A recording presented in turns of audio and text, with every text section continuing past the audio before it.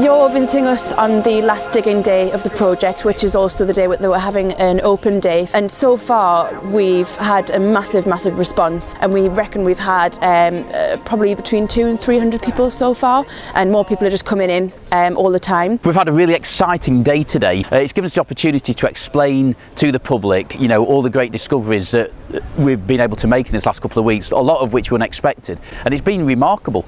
We've had, you know, children from as young as sort of 3-4 years old right the way through to more vintage members of the public, and everything in between. People are really interested in what we're doing here for obvious reasons. People are really interested in archaeology, and what makes it even better is that we've got some really good archaeology to show them. A lot of what we expected, but actually a lot of unexpected archaeology as well, earlier than we knew was on the site. We've been explaining to people what we've found here, and to be honest, it's been a real revelation to me just to understand how much public interest there is in Cresswell and the archaeology of this area. I think a lot of people feel an attachment to sites like this, so they want to know what's being done in their local village. I think it's important that people see what we're doing and learn about why we're doing it. I thought it would be quite a quiet day here, but had an amazing number of people. I think it just gets the enthusiasm and it gets all the community together, really. It's been a great day and a remarkable turnout, which is good for the project, but also good for actually getting the information out there so people know a bit more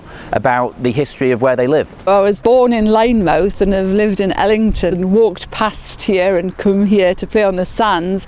I think it's just amazing to know that, you know, 4,000 years ago, there were people here. Each night I go home and I'm on the internet to try and find out more, and it's really been very good. Well, today's the last day of the excavation, so that leaves us with tomorrow to do all the backfilling. So we've got a lot of work to do tomorrow, so we're going to get stuck in from an early start. The next steps will be heading back to the office and analysing all of the results that we've got. And then after that, we're going to have a lull with the archaeology, probably for about 18 months, while all the plans are brought together for the tower.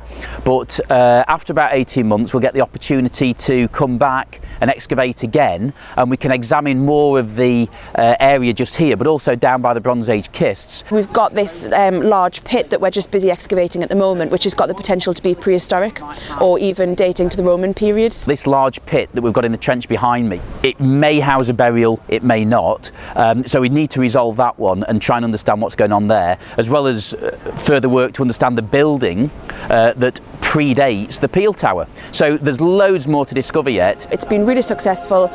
People seem really interested, and it's had a great response. It's a rather sad day today. We've come to the end of the 2-week excavation. Yesterday, of course, we had this most fantastic open day. I cannot believe the number of people that came along, the interest that our project has generated, which is wonderful because it just inspires me to seek further funding so that we can carry on with this project. It certainly has to be the best community archaeology project I've ever worked on. What we've found has way exceeded our expectations, so the archaeology has been absolutely stunning, but the best part has been the people, the volunteers, everybody who's helped out with this project, the team from ARS. I'd like to thank the media for all the coverage they gave us in the week leading up to the open day, but in particular I'd also like to thank the Heritage Lottery Fund again for making this all possible, and also for Parkdean Resorts, who own the tower, who've been brilliant in cooperating to allow us to do the excavations, and last but not least Crown Estate for allowing us to do the archaeology in the field next to the tower. Thank you to everybody, and I hope we can give people, local people, further opportunities to uncover more of Cresswell's quite incredible heritage.